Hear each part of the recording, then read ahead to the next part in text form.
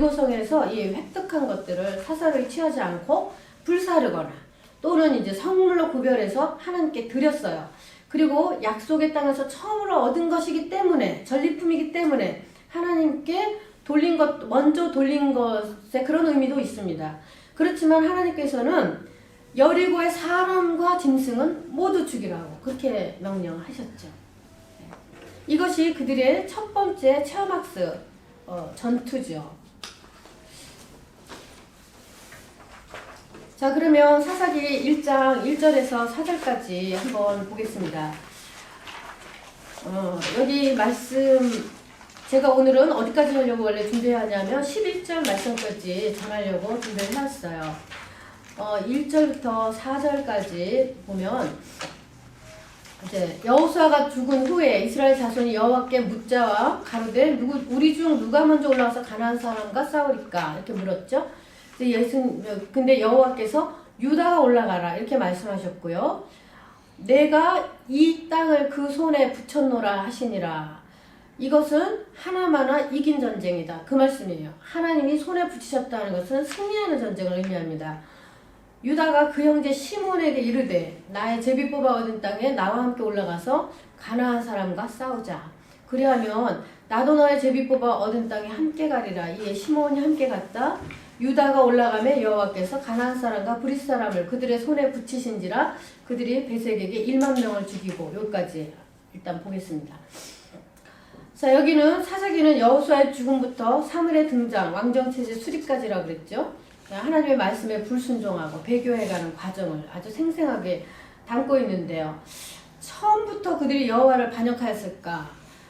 그들에게도 처음에 가나안에 들어갔을 때는 여호수아에게 있었던 그 가나안 정복의 비전과 열망이 있었고 또 여호수아 특히 이제 에브라임 지파죠. 이 여호수아는 에브라임 지파 사람입니다.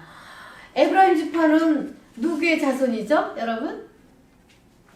12지파 할 때 에브라임 지파는 요셉의 아들 므낫세와 에브라임. 요셉 대신에 므낫세하고 에브라임을 12지파의 계보에 집어넣죠. 요셉을 빼고. 네, 그렇게 합니다. 이 에브라임 지파에서 나온 사람이 여호수아인데요. 이 여호수아가 설교했죠. 오늘날 나와 내 집은 여호와를 섬기겠다. 그렇게 사람들에게 이제 설교를 했었죠. 너희도 누구를 택할지, 하나님을 택할지 너희도 오늘 결정하라고 이렇게 말씀했었잖아요. 그리고 증거물을 세운 것이 이제 마음속에 남아 있었기 때문에 그들도 그 마음속에 가나안에 들어가면 우리가 하나님께 정말 순종하면서 그렇게 잘 이 정복 전쟁을 마감하겠다 이런 열정이 있었을 것이라는 거예요. 근데 여호수아가 죽고 나니까 그와 함께 동역했던 장로들이 사는 날 동안에는 영적으로 그들이 민감하게 행동했을 거라는 거죠. 왜냐하면 이 장로들은 이미 여호수아가 전쟁을 치를 때 함께 했잖아요. 여리고성 전투에서도 보면 그랬죠. 그렇기 때문에 영적으로 민감하게 행동했을 때인데 시간이 갈수록 여호수아가 죽은 이후에 시간이 갈수록 새 시대에 걸맞는 새로운 지도자가 그들에게 필요한 그런 때였다는 것이죠. 자, 그래서 오늘 이제 이 말씀 우리가 보기 전에 여기에 제가 여러 가지 그 참고 자료들을 가지고 왔는데요. 여러분들이 한번 보십시오. 그리고 제가 한 가지 여러분들이 미리 생각해야 될 것은 뭐냐면 이 여호수아가요 가나안에 같이 들어왔습니다. 가나안에 들어와서 그가 죽을 때까지 몇 년 동안 그가 가나안 정복에 진두지휘를 했을까요? 이 사사시대 전까지 16년 기간이에요. 그게 16년 기간 동안에 이들은 계속해서 정복전쟁을 했습니다. 근데 여호수아가 죽으면서 110세로 여호수아가 죽으면서 그때부터 이제 이 각 지파별로 서로 분열되는 그런 현상들을 보이게 되는 것이죠. 그러면서 그들이 점점 영적으로 어두운 그런 상황으로 이제 치닫게 되는 것이에요. 근데 그 각 지파에게 분배되었던 땅을 이제 정복하기 위해서 여호와의 뜻을 물음으로 이 정복전을 이제 시작하게 되는데 1절에 보면은 이스라엘은 하나님의 말씀대로 이제 유다를 선두에 세웠습니다. 그리고 나머지 지파들에게 계속되어야 할 순종과 그리고 그에 따른 승리의 본을 삼기 위해서 유다 지파를 선두에 세운 거예요. 자, 유다 지파는 이 유다 지파에서 누가 나옵니까? 다윗 왕이 나오고요. 그리고 메시아가 나오죠. 유다 지파에서. 예, 그래서 이 유다 지파는 이스라엘 대표하는 가장 큰 지파이고요. 그리고 매우 중요한 그런 지파이고 땅을 가장 많이 분배받은 지파이기도 합니다.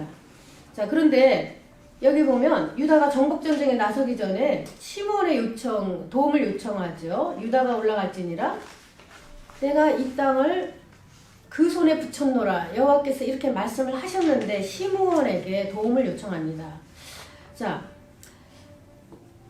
이것은요 모세와 여호수아에게 말씀하셨던 하나님이 이제 이스라엘 공동체를 통해서 이제 말씀하시는 것을 우리가 볼 수가 있고요. 또 하나는 하나님이 이미 여호수아를 통해서 가나안 정복의 승리를 보장해 주셨던 것을 우리가 다시 한번 기억해 볼 수가 있고요. 그리고 여기에 보니까 제비 뽑아서 분배받은 땅이라고 이렇게 나와 있는데 제비 뽑아서 분배받은 땅이라는 의미는 뭘까요? 그 의미는 뭘까요? 제비를 뽑아서 땅을 나누어 가졌다. 그 땅은 그들의 것이 아니고 누구의 것이에요? 하나님의 것이다 라는 것이죠. 하나님의 것이다. 땅은 모든 소유는 하나님의 것이다. 그런 의미입니다. 그리고 유다 지파는 가장 많은 땅을 분배받았고 그 형제 시므온 지파는 어디 땅을 분배받았냐면 유다 지파가 분배받은 땅에 속해 있는 성의 일부만 그들이 분배를 나누어서 가진 거죠. 그러니까 나누어서 가졌습니다.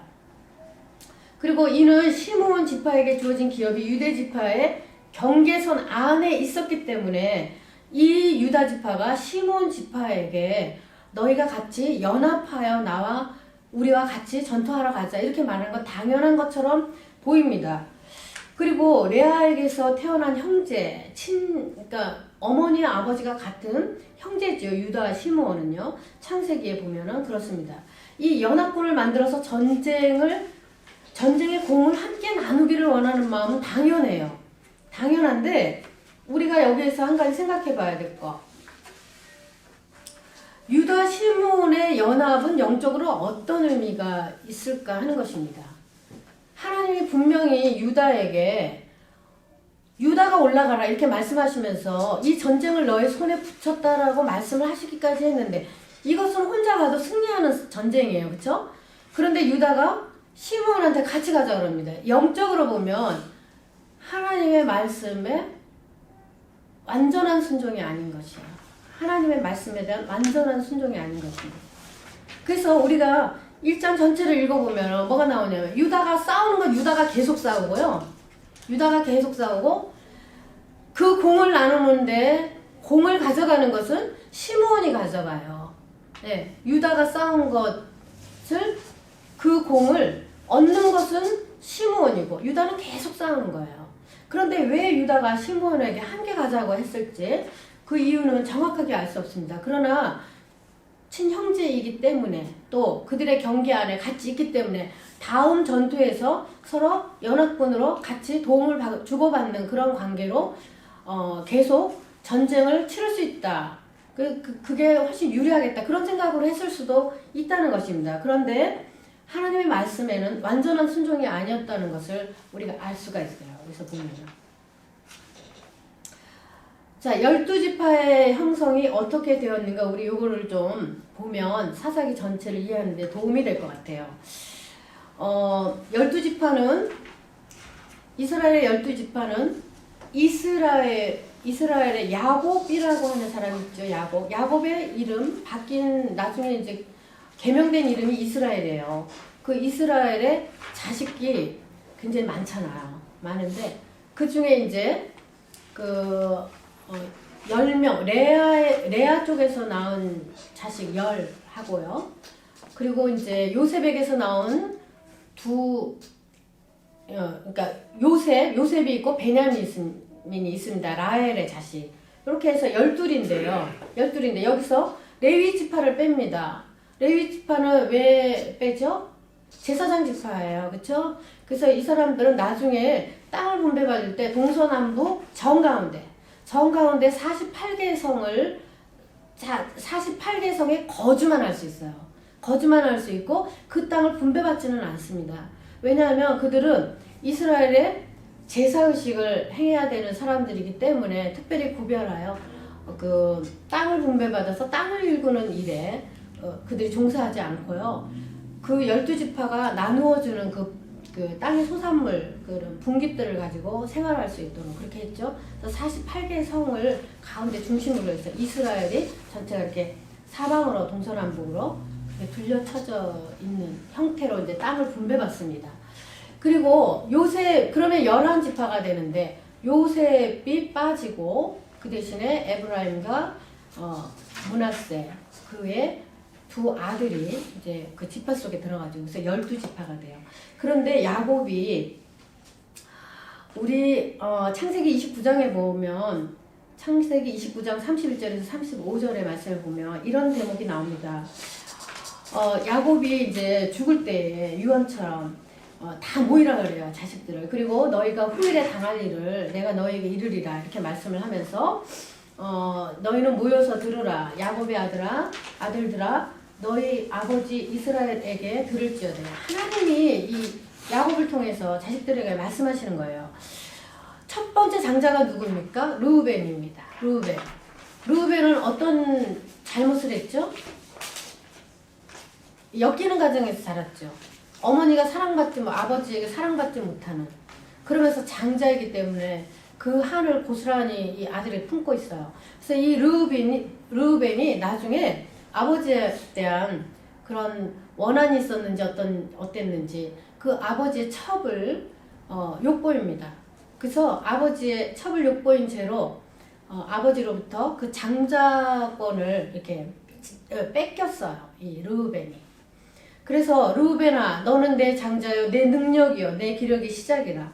위풍이 월등하고 권능이 탁월하다마는 물의 끓음 같았은즉 너는 탁월하지 못하리니 내가 아버지 침상에 올라 더럽혔음이로다. 그가 내 침상에 올랐었도다. 시몬과 레위는 형제요 그들의 칼은 폭력의 도구로다. 이건 무슨 말입니까? 시몬은 왜 이런 말을 듣죠? 그 딸이 그 어느 에돔인가 어느 지역에 갔다가 딸이 능가를 당하자 그렇죠. 이 둘이서 보복을 할례하고 그 다음에 보복을 했대요. 세겜의 아들이, 네, 그쵸? 세겜족의 아들이 이제 이 디나라고 하는 시몬의 여동생을 욕보였습니다. 그래서 그것에 대한 보복으로, 근데 그 욕보인 그 남자가 이 디나를 정말 사랑하는 거예요. 그래가지고 청혼을 했는데 할례 받지 않은 이방 백성에게 내 동생을 줄 수 없다. 그래가지고 이 오빠들이 어떻게 했냐면 할례를 받으라.